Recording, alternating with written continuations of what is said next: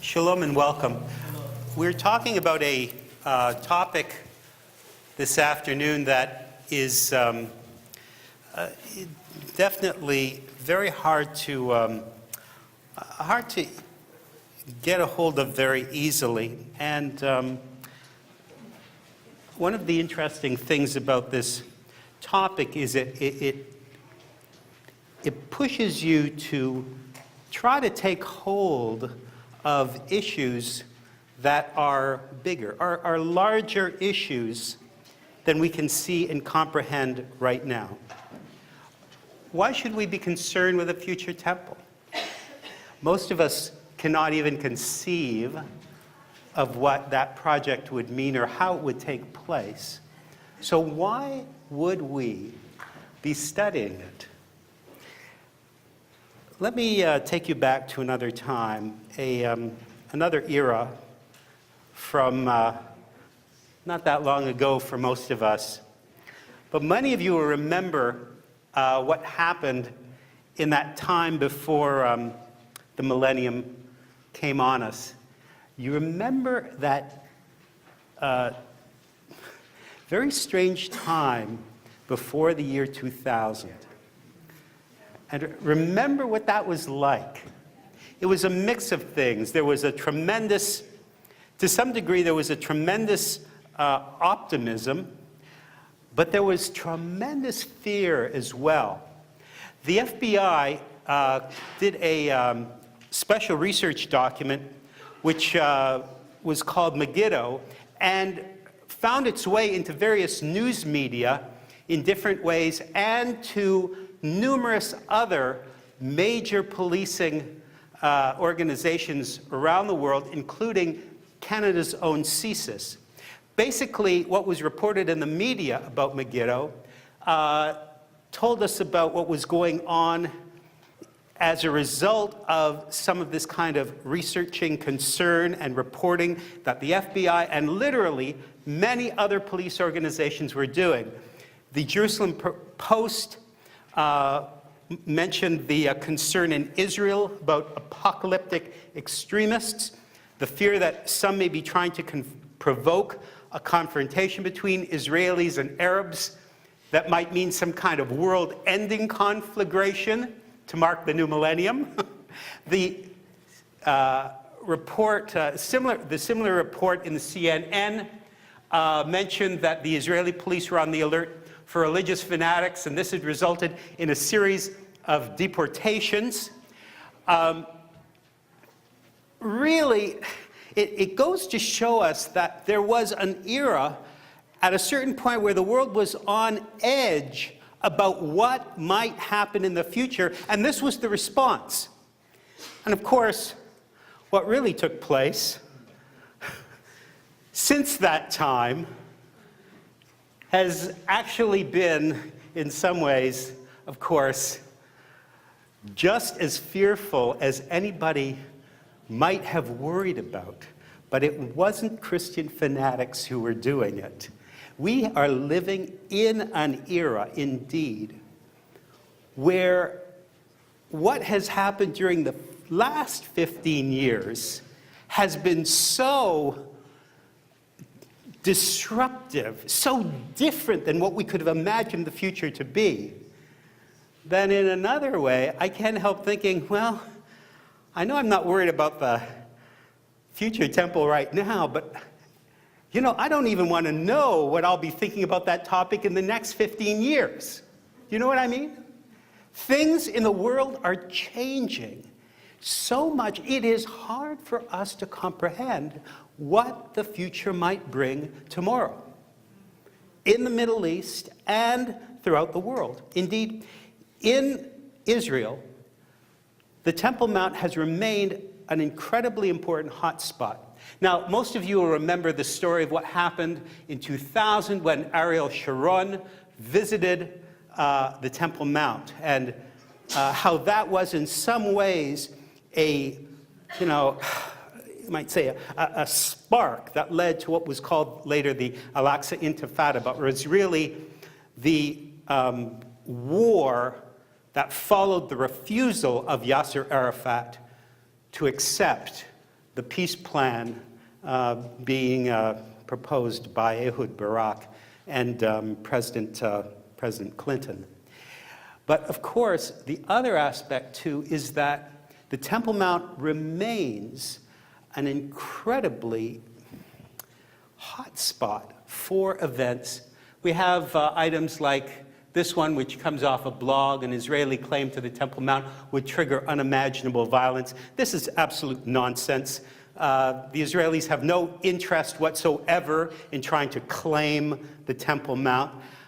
But still, of course, this is the sort of thing which is being used in order to provoke more Arab violence, more Palestinian unrest.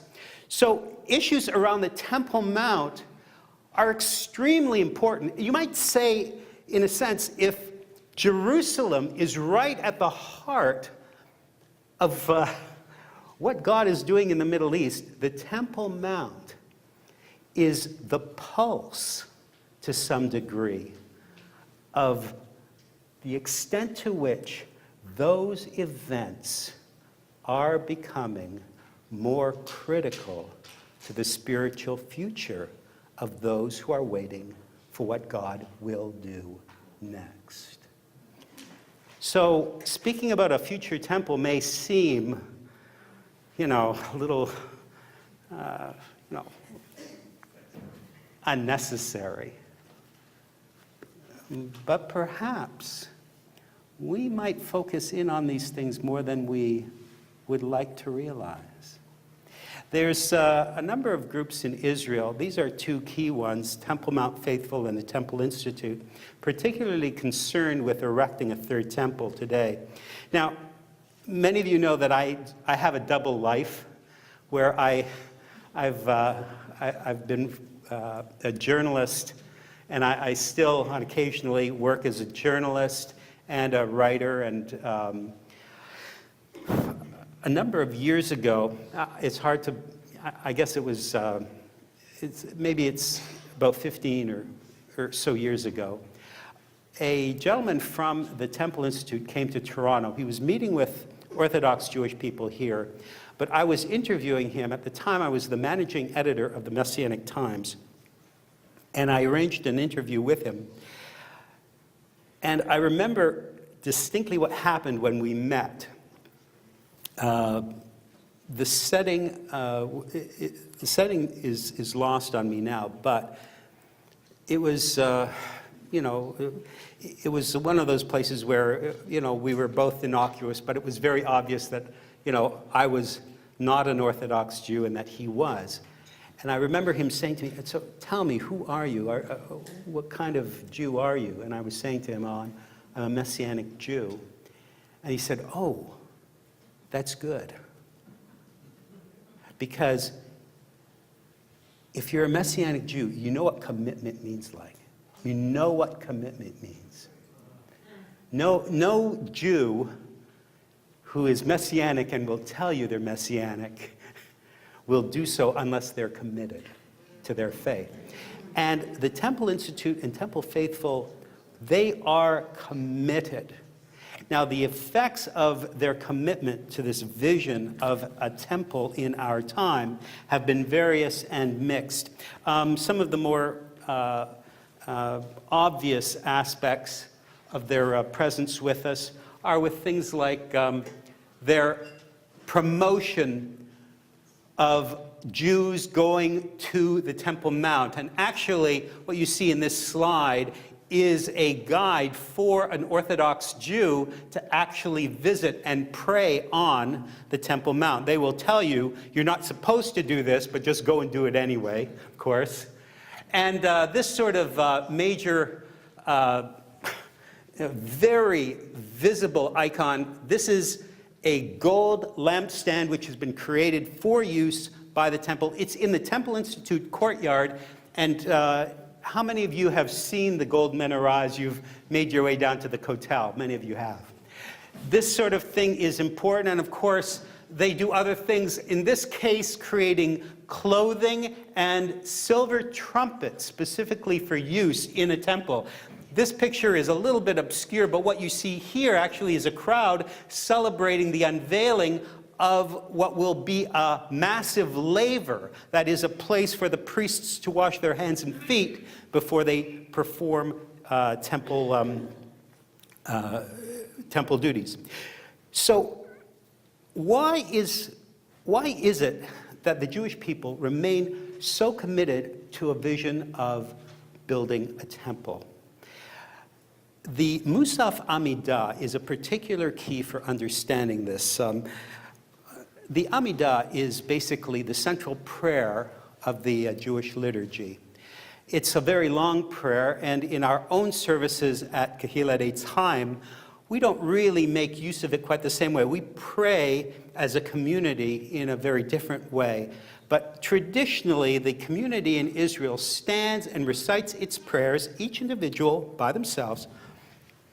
And then following that, the same prayers are repeated by a cantor or by the leader of worship.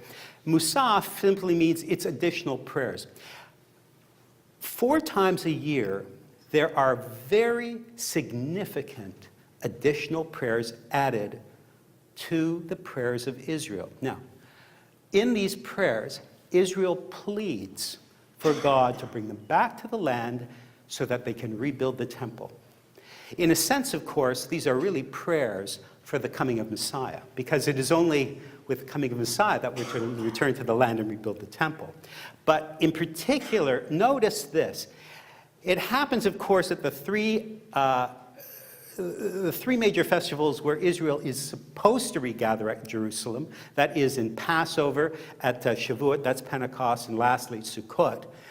But notice in particular, one of the key Musaf Amidah prayers happens at Rosh Hashanah, the beginning of the year. In other words, it's a priority prayer for the year. And the plea is emphasized because it's called the shofarot. Afterwards, the shofar is blown.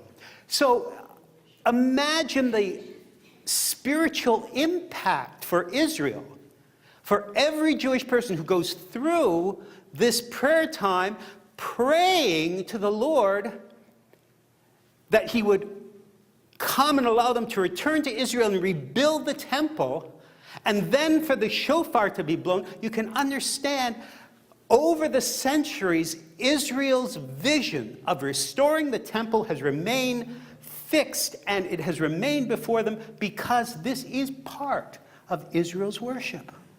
It can't be lost. It's not simply an obscure idea that occurs to people now and then. It is part of Israel's worship. And as I said, the last section is meant to be a compelling moment for every worshiper. And so, of course, the Temple Mount faithful, the Temple Institute people are Israelis, and you know the way Israelis think. What can we do now? Yeah. There is a reality about Israel which says, well, of course, let somebody else wait for Messiah. I'm going to act now. Because when Messiah comes, why not be ready? Why not be ready now? And why not be ready now, even if we have to wait until Messiah comes? So the thought of rebuilding the temple for us seems obscure. For Israel, it is part of the spiritual agenda. But how likely is it to happen? The key aspect, of course, of rebuilding a temple is not the rebuilding of a building. And it's not even about the place, necessarily. I know. The Temple Mount is an area that has been excluded by Israel and, of course, has an incredible, difficult history. Since 1967, when Gershon, the rabbi, arrived and blew the shofar next to the Kotel, the Western Wall, was the first time really many Israelis had been allowed to gather there in decades.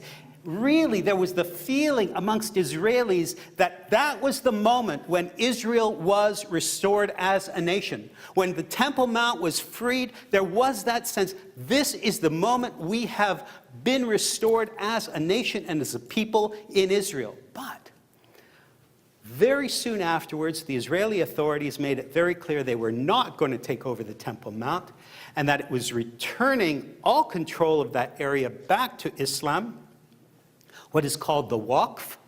That's the controlling organization over the Temple Mount.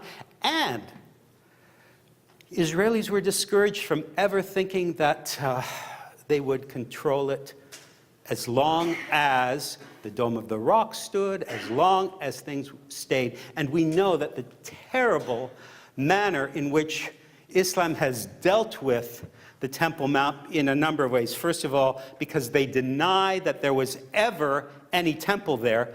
It's just an insane thing. The very words that that Islam has for the Temple Mount actually mean house of God and is a direct reference to the original Beit HaMikdash that stood there. The second thing is that they've been getting rid of the evidence as much as possible, bulldozing areas that archaeologists are begging to touch with toothbrushes, and they've been trying to get rid of the evidence all these years. So despite the fact that the Temple Mount is inaccessible and that it's thought possibly the Holy of Holies sits under the Dome of the Rock, and I've already discussed that whole issue in other presentations that I've done that some of you have seen. But the key issue is, why would you do it? Why would you build a structure to reinstitute sacrifices? That's the question. Why would you build a temple? You'd have to build it for one reason alone.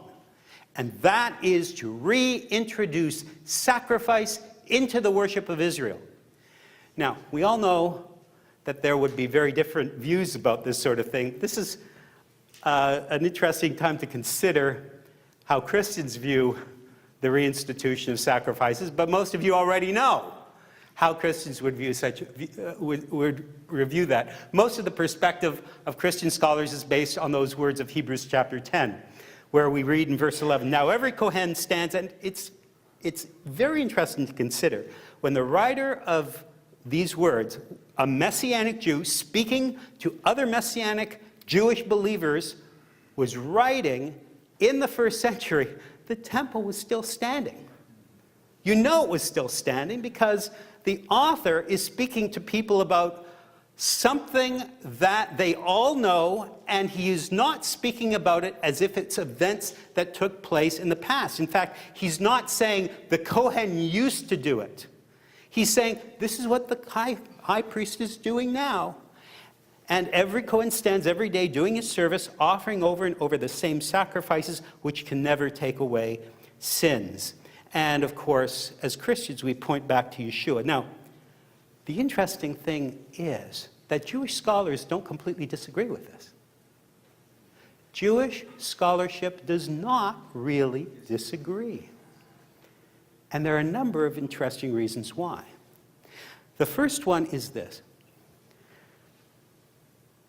Consider that even before the destruction of the temple, most of Israel, most of the time, did not spend their time at the temple. What did they do?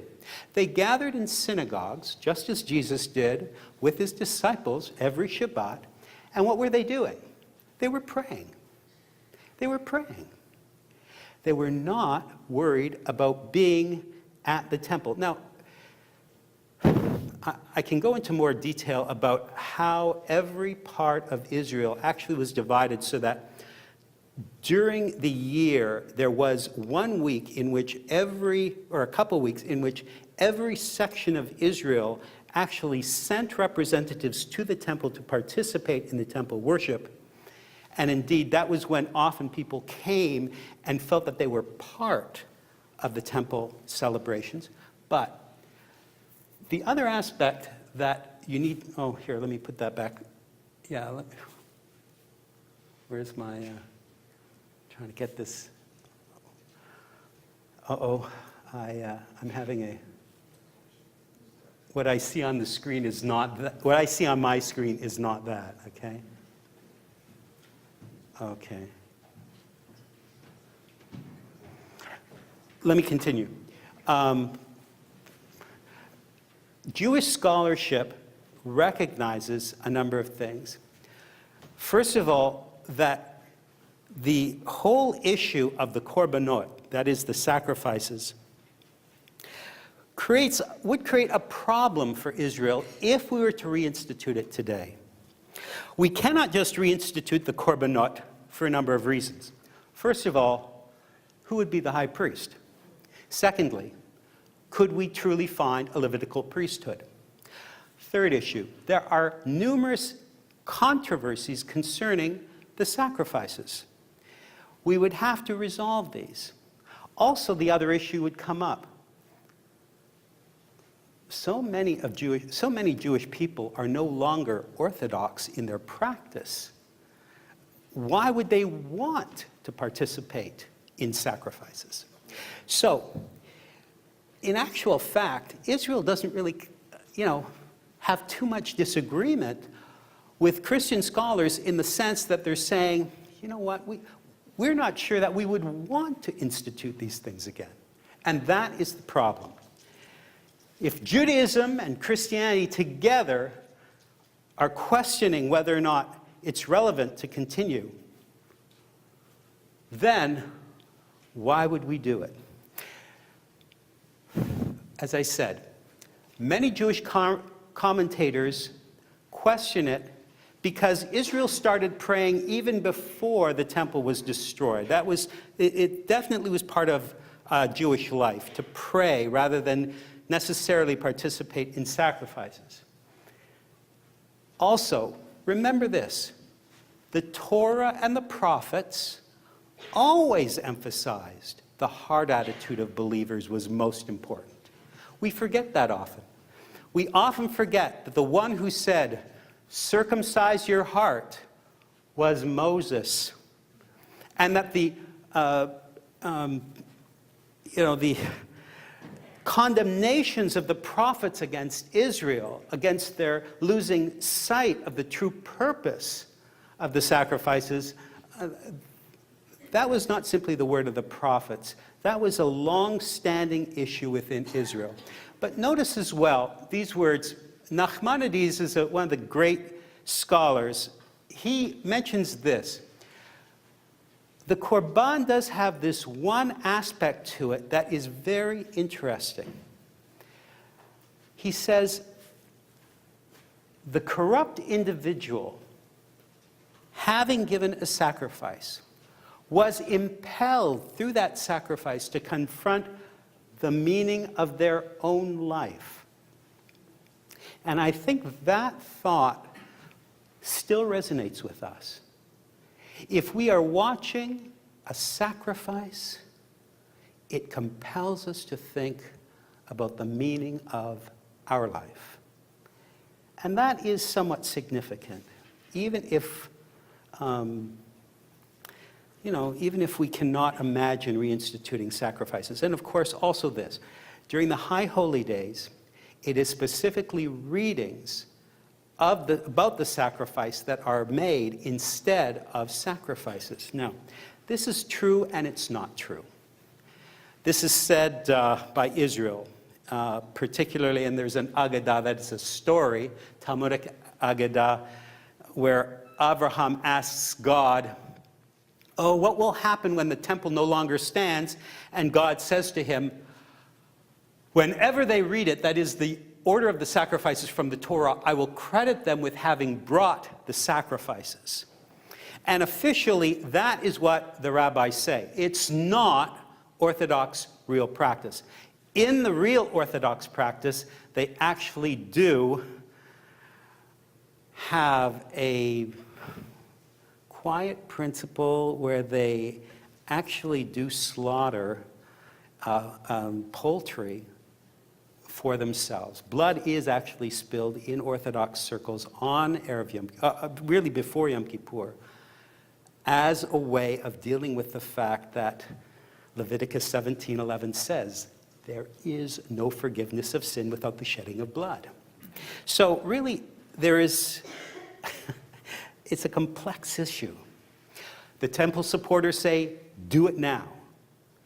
And, okay, we can't do it now, but should we prepare? I would have to say we wouldn't disagree with that. The other aspect is, as I said, there's this problem that for most Bible believers, sacrifices are not a real option. There is one other thing.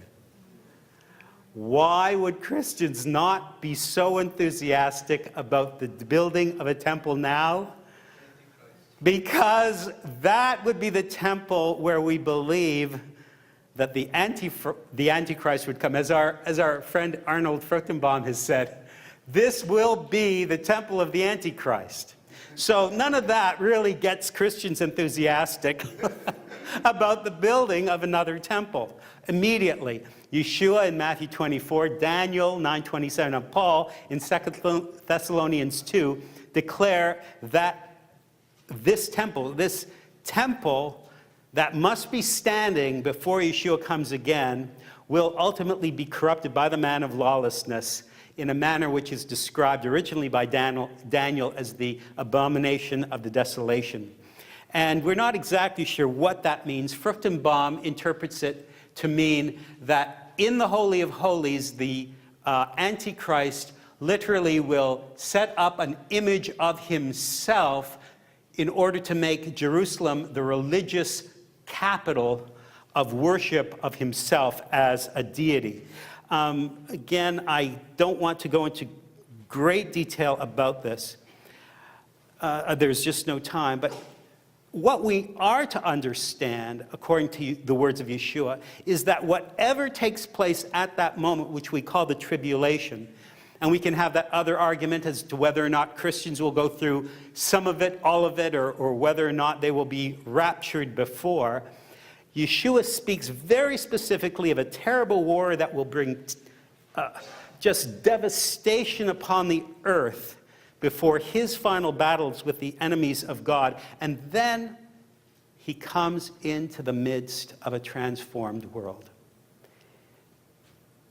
And that is the moment where the temple will matter. At that moment, the temple matters. Turn with me to Ezekiel chapter 40. Now, I have to admit, I have never heard anybody talk about Ezekiel chapter 40 to 48. I have to admit, too, that when Jorge and I were sitting around and talking about exactly what he meant me to talk about today, he wasn't sure either.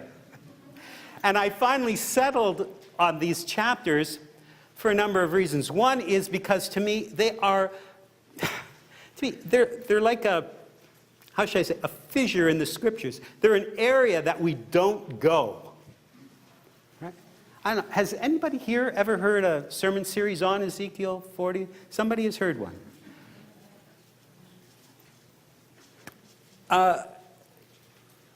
Well, the rest of you haven't.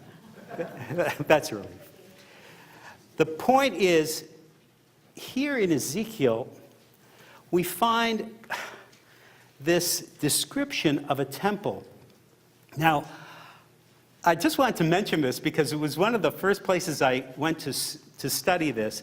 There's a magnificent volume called The Temple, written by Alfred Edersheim. Edersheim was the peerless Messianic Jewish scholar of the 19th century and one of the founders, really, of the original Hebrew Christian movement. Just an amazing man, well worth talking about. And he wrote several indispensable volumes, one of which is The Life and Times of Jesus the Messiah.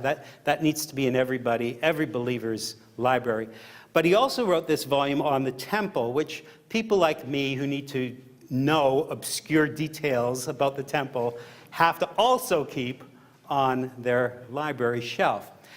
But I noticed when I was taking a look at what Edersheim said about Ezekiel 40 to 48, that this is exactly what he said. Ezekiel's temple is prophetic, or it may be symbolical. This is one of the greatest minds of the 19th century. And let's face it, if he doesn't know, if he isn't sure, why could I be? How could I be sure what these chapters mean? On the other hand, Edersheim did not live into the 20th century. And those of us who have lived into the 20th century have this compelling awareness that Ezekiel, through his visionary perception of the dry bones passage, was obviously tuned into a reality with God that vastly is beyond our comprehension, right? What he wrote about literally came to life on, cinema screens around the world at a time when no one could have perceived what might have happened. The dry bones vision of Ezekiel is clearly one of the most powerful statements of the reality of Scripture and its perceptions of what would take place. One of the most powerful in history. I guess you'd want to pay attention to what he'd have to say about the temple. In fact, you wouldn't want to simply dismiss it.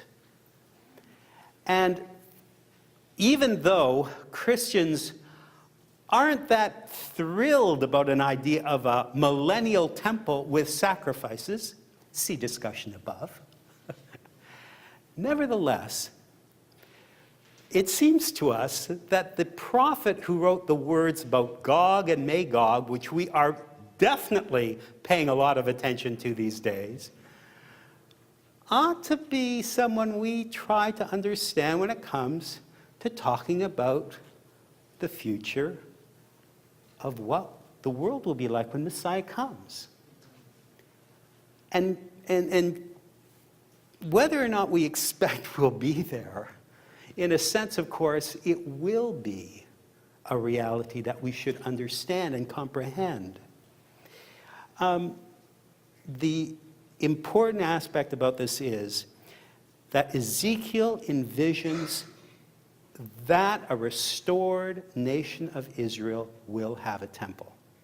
And that is the key point. Long after this is gone and I'm gone, and you might just hold on to that. Ezekiel clearly envisions that a restored Israel will have a temple at its center.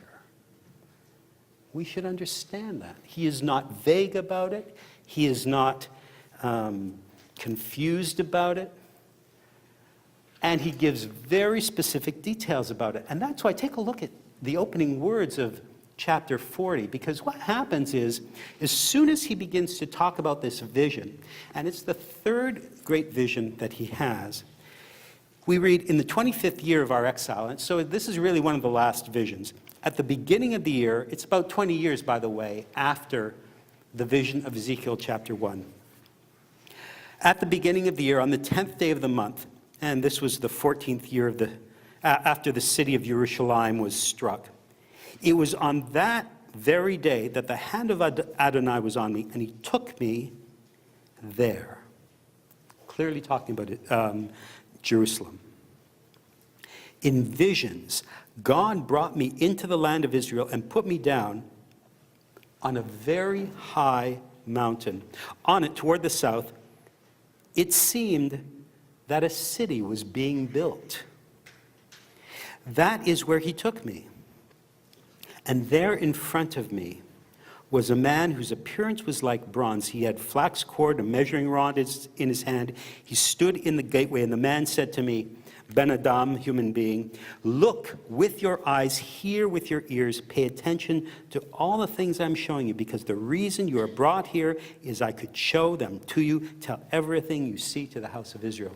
Now, there are a number of things you should comprehend. First of all, there's this vision of a very high mountain. And this is, again, somewhat symbolical in its character, because first of all, we know that the prophets say that in the end of days, Jerusalem, the Mount Zion, will literally be the chief of all mountains. And so it's almost with this sense that at the end of days, Jerusalem itself will be elevated above all mountains. Now, of course, why would we want a Jerusalem that would be higher than Mount Everest? There's a symbolical aspect to Israel's mount of worship being considered the chief of all the mountains. But you wouldn't necessarily want to insist that this definitely means that in the last days, Mount Zion and the mount on which the Temple Mount stands is suddenly, thousands of feet high. The other aspect to this, however, is that the man who guides him, clearly a divine guide to seeing these things, is speaking to him directly about something that exists. And the context, now look at these words. They listen, pay a little bit of attention to this. He says, in verse 2, he sees the land of Israel, he sees this mountain, and toward the south it seemed that a city was being built.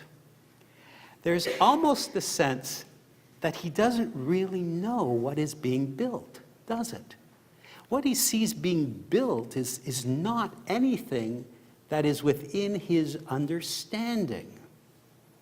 Imagine a person from 25 centuries ago landing in the midst of modern Jerusalem and trying to make sense of what he sees.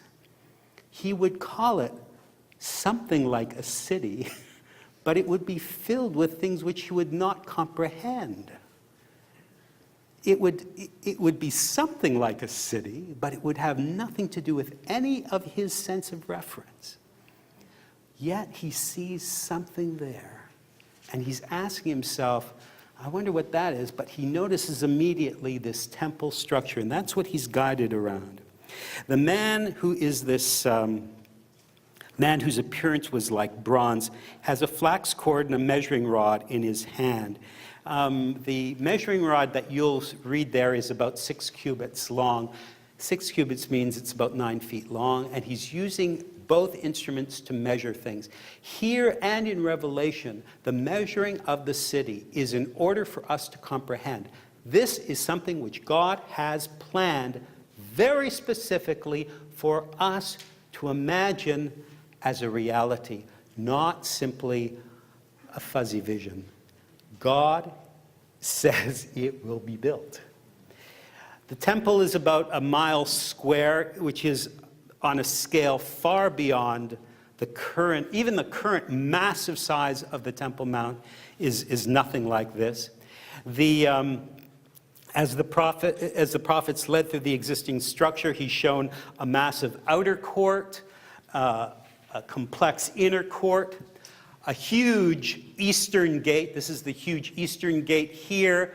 And then also he sees the amazing temple grounds, which are, they're just massive in size. They're huge, far beyond anything that we're used to seeing or could imagine being built. This allows us to get a little bit of a sense of the size comparison, but I want you to also see something else here. Yes, this was the original size of Solomon's temple, and when you compare it to the buildings of the second temple, you can see how massively different they are. And then imagine another huge structure, even larger than this. But what is Ezekiel's model? Ezekiel's model comes out of Babylon. And this is what the palaces and the temples, this is actually a temple here, and these are the palaces of Babylon. So you can imagine the scale that he suddenly was exposed to, having gone from Jerusalem to the center of one of the great civilizations of the world. You can understand how it would have transformed his thinking and his expectations. Indeed, even the expectations of Israel itself. And by the way, one of the other fascinating aspects about this is the decoration of the temple is, as he describes it, cherubim in the midst of palm trees. So he says there are palm trees decorating this whole length and breadth and the wall and the doors of this future temple, and between them stand date palms. And right here, this is a relief of the palace from Ashurbanipal, taken from Babylon. And sure enough, what's on the decorational frieze? Date palms and angelic beings. So clearly there's some influence on the prophet. Consider as well the size of Ezekiel's central temple versus Herod's temple versus Solomon's temple. For comparison size here, an American football field. And then compare it again to the original court of the tabernacle. This massive structure actually is nothing. Because you know the size of the ultimate temple, which will, not the temple, but rather the ultimate Jerusalem that will come out of heaven. Do any of you remember? The size of it are about 1,500 miles by 1,500 miles. So this huge, like an unimaginably huge structure is the new Jerusalem promised to us in Revelation. The most important aspect is here in chapter 43. As I said, we don't have a lot of time to discuss these things, but here in Ezekiel chapter 43, we see what is most important about this temple. Because it's here, verse 19 is particularly marked for you. I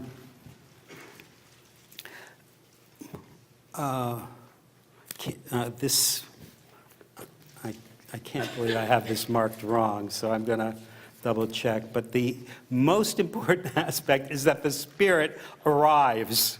The Spirit returns. He had seen the Spirit leave. Now he sees the Spirit. Oh, yes. Begin at verse 1. After this, he brought me to the gate facing east, and there I saw the glory of the God of Israel approaching from the east. His voice was like the sound of rushing water. The earth shone with his glory. The vision seemed like the vision I had seen when I came to destroy the city. Also, the visions were like the vision I had seen by the Kvar River.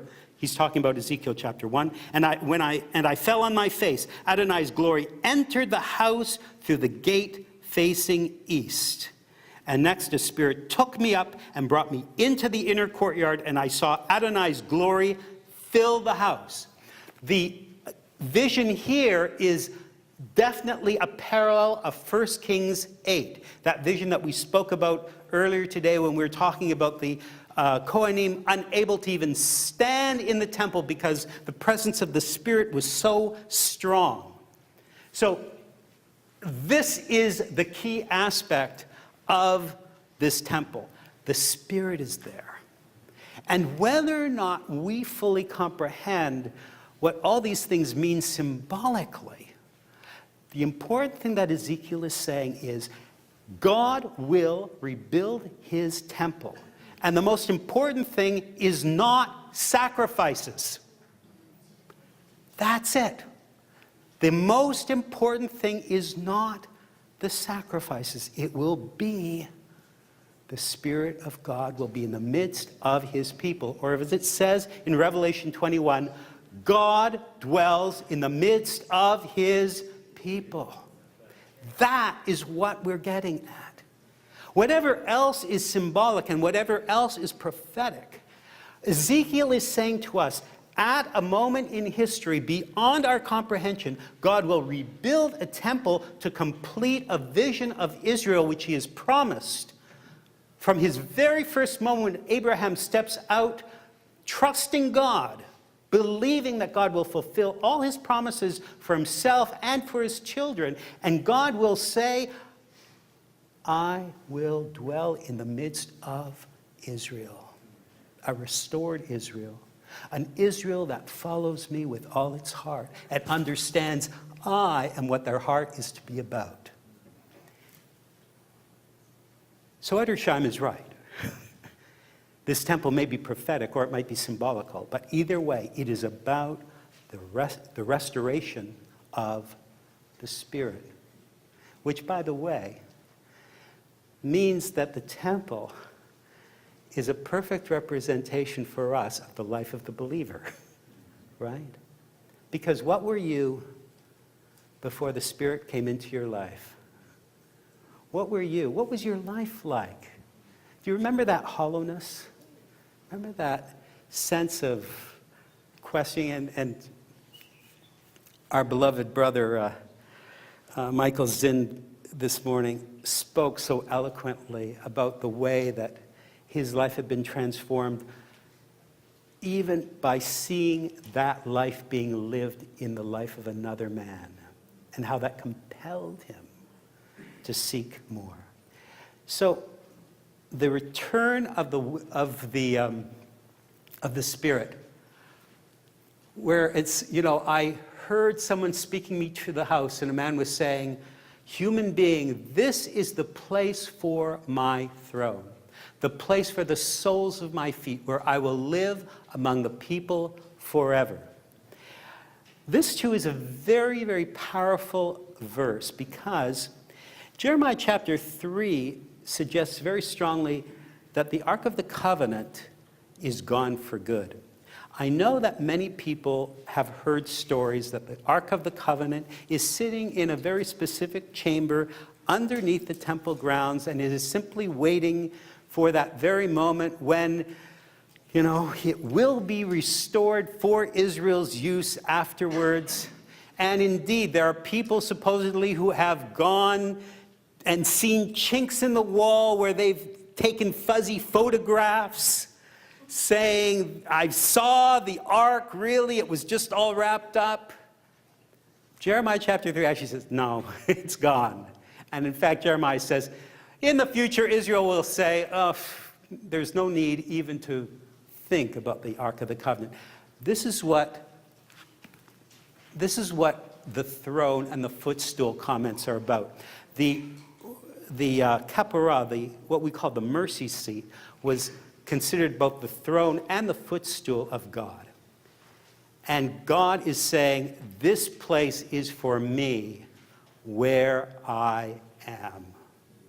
So that's the significance of this phrasing as well. So we are to fully comprehend the presence of the temple in a transformed Israel. Now, this kind of detail actually is given more in the last chapters.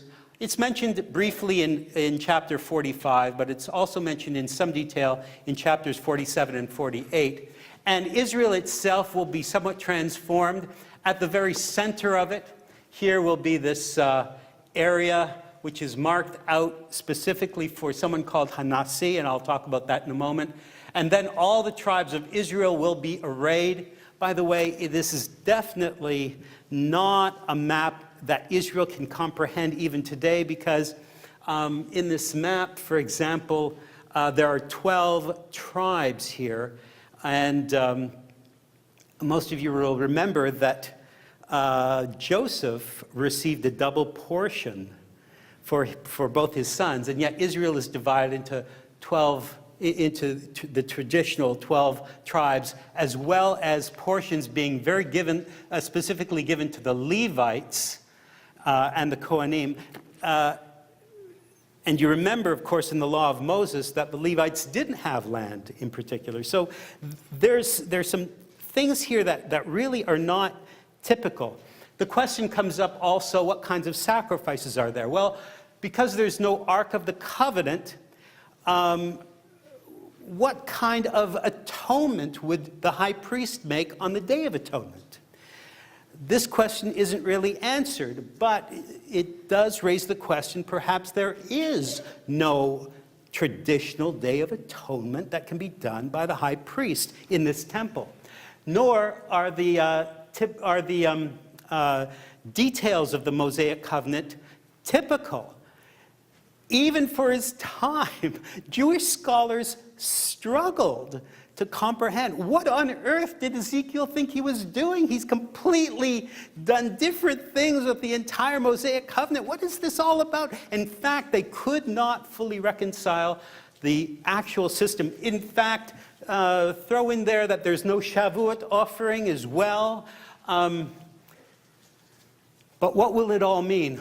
Arnold Fruchtenbaum, in his assessment, says the purpose of sacrifices in such a millennial temple will be the same purpose, will hold the same purpose as the communion holds for believers today. It will be something done for believers to be able to say, this is how we realize and understand and comprehend what Yeshua did for us when he died for our sins. We will see these things done, b'zicharon shali, as they say, as we say in Hebrew, in remembrance of me. In this context, it is, possible to imagine such a temple that Christians would come to as well. And by the way, I want to mention something, and I think this is extremely noteworthy.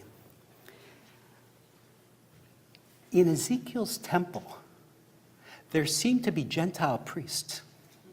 In Ezekiel's temple, he makes specific notation about Gentiles. In other words, Ezekiel imagines Gentiles coming and worshiping in this temple as genuine followers of God. So this is also a temple in which Gentiles are fully participant.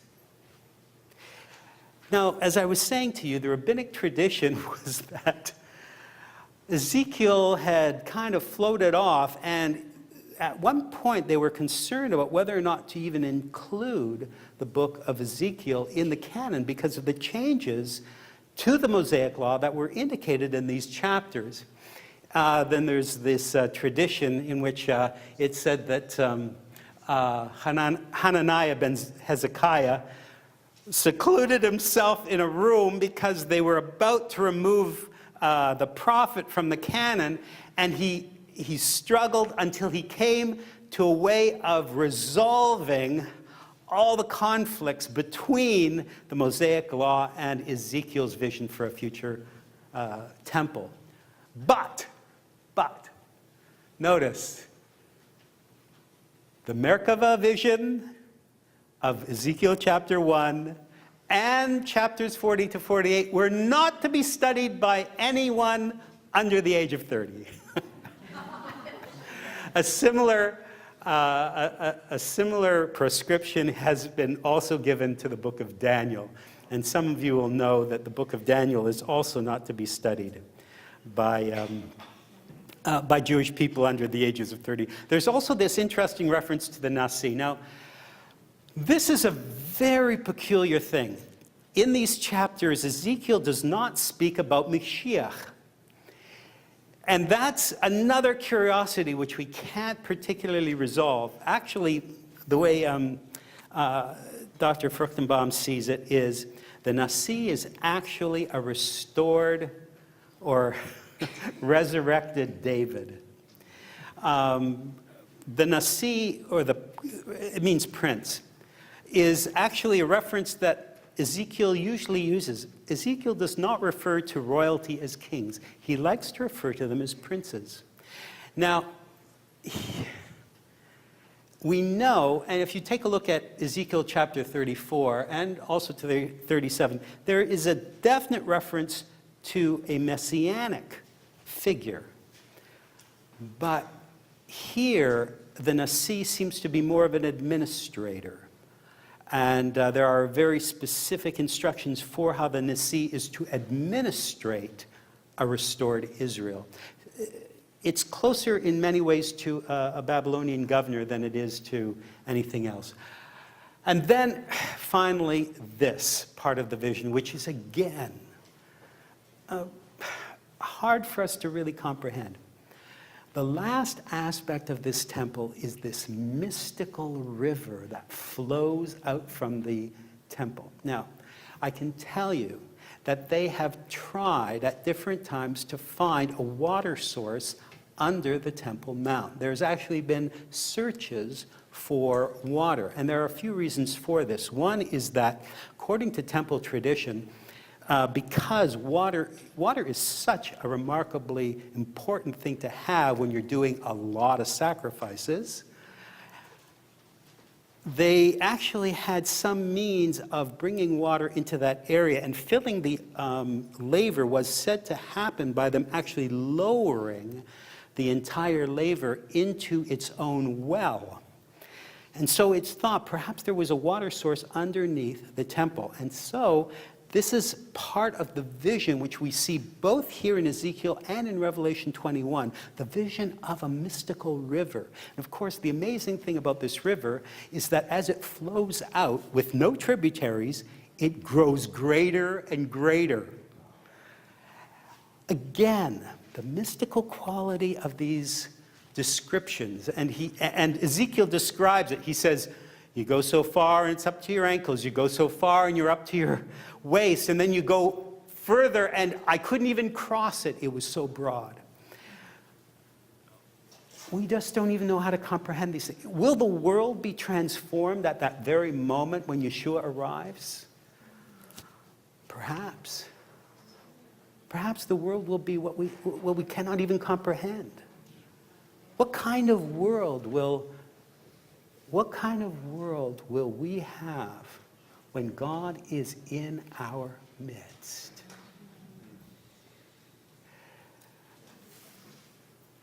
At the center of this city, by the way, where in fact Israel will be focused not on the temple, which is kind of high and lifted up, but in the city that remains of Jerusalem. Really, the city itself will no longer be Jerusalem, and it's instead Yahweh Shammah, or it's God in our midst. And that's why the very last verses in Ezekiel are that new name of the city that Israel gathers at as its center. And of course, the interesting thing is, like the city of the New Jerusalem in Revelation, it also has 12 gates. So, as we wrap up, and as I say, I'm closing here with questions. I have more questions than answers as we close, really. We do not know what Ezekiel is really saying to us, because we can barely comprehend the full meaning of what might happen when Messiah returns. We barely comprehend at all even what we talk about when we talk about Gog and Magog, let alone the vision of the dry bones, which many of us see fulfilled in the land of Israel today. But we do have these last questions. Will Israel pick up the Mosaic covenant where it left off and continue to follow the same regulations as they did in the Second Temple? The truth is, Israel has always known when the Messiah comes, we will not do that. We will do something different.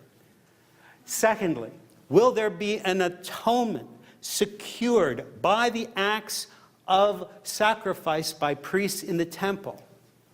Well, Christian commentators can't imagine it. But on the other hand, we know that when people struggle to comprehend what Yeshua did for them, they often feel like they don't